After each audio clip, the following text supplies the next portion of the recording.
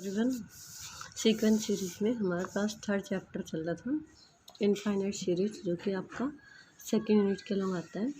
और इससे पहले वाले लेक्चर में जो थ्योरम की थी, Cauchy general principle theorem, and हमने एक रिजल्ट और यूज किया, एक थ्योरम और की थी जिसमें ये था कि अगर आपकी कोई भी इनफाइनाइट सीरीज की nth टर्म लिमिट टेंड कराने के बाद जीरो वैल्यू दे तो हम कह सकते हैं कि वो कन्वर्जेंट होगी। तो ये उस थ्योरम का ही एग्जांपल है। ओके, तो शो दैट द सीरीज दे रखी है आपकी इनफाइनाइट n/2n+1, आपको ये कन्वर्जेंट नहीं दिखाना। तो गिवन सीरीज ये है।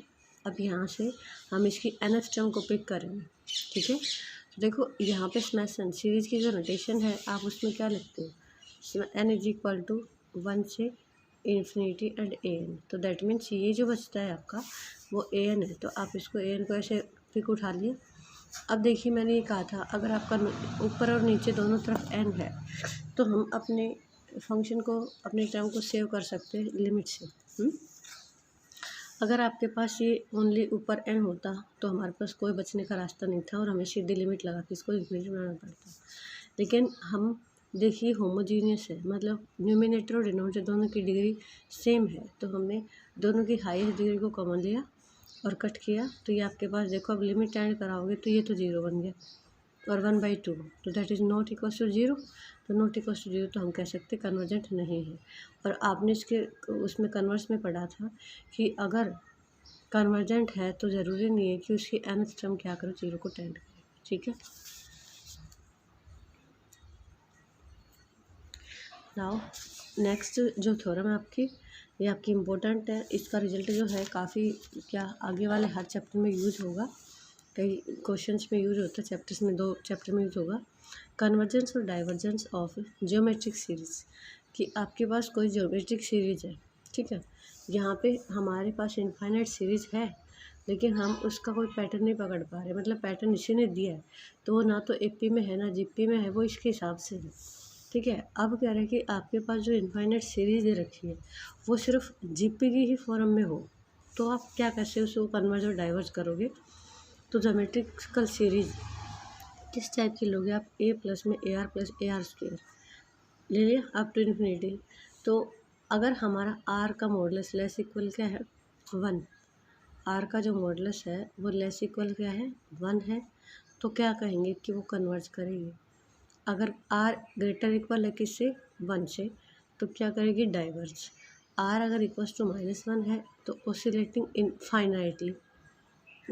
फाइनाइटली एंड r आपका लेस है -1 से, तो ऑसिलेटिंग इनफाइनाइटली। तो गाइस इसमें क्या है आपका कि r क्या है कॉमन रेशियो, जीपी का पता है ना आपका, फर्स्ट टर्म a और सेकंड टर्म को जब हम फर्स्ट टर्म से डिवाइड करेंगे तो जो r आता है, जो रेशियो आता है डिवाइड करके जो आता है, तो मतलब सभी टर्म्स का सेम होना चाहिए। और वो आपके पास क्या है r माना था, कॉमन रेशियो को r लेते हो आप।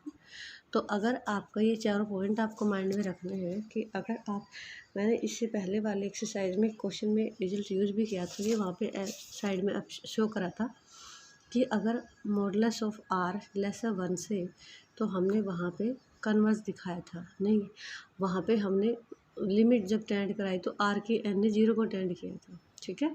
तो कन्वर्स होगा और r ग्रेटर इक्वल 1 है तो डाइवर्स, और r -1 के बराबर है तो ऑसिलेटिंग फाइनाइटली, और -1 से लेस है तो इनफाइनाइटली ऑसिलेटिंग। चलिए इनका प्रूव कर लेते हैं।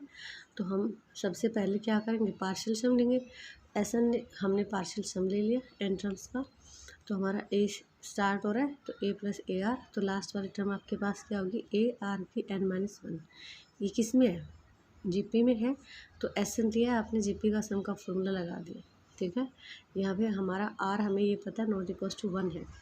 ओके, पहला केस लेते हैं। अगर हमारा r का मॉडुलस लेस है 1 से, तो देन अगर n टेंड करता है इन्फिनिटी, तो इट्स बिहाफ आपका r की n किसको टेंड करेगा, 0 को टेंड करेगा, ठीक है। और अगर ये 0 को टेंड करेगा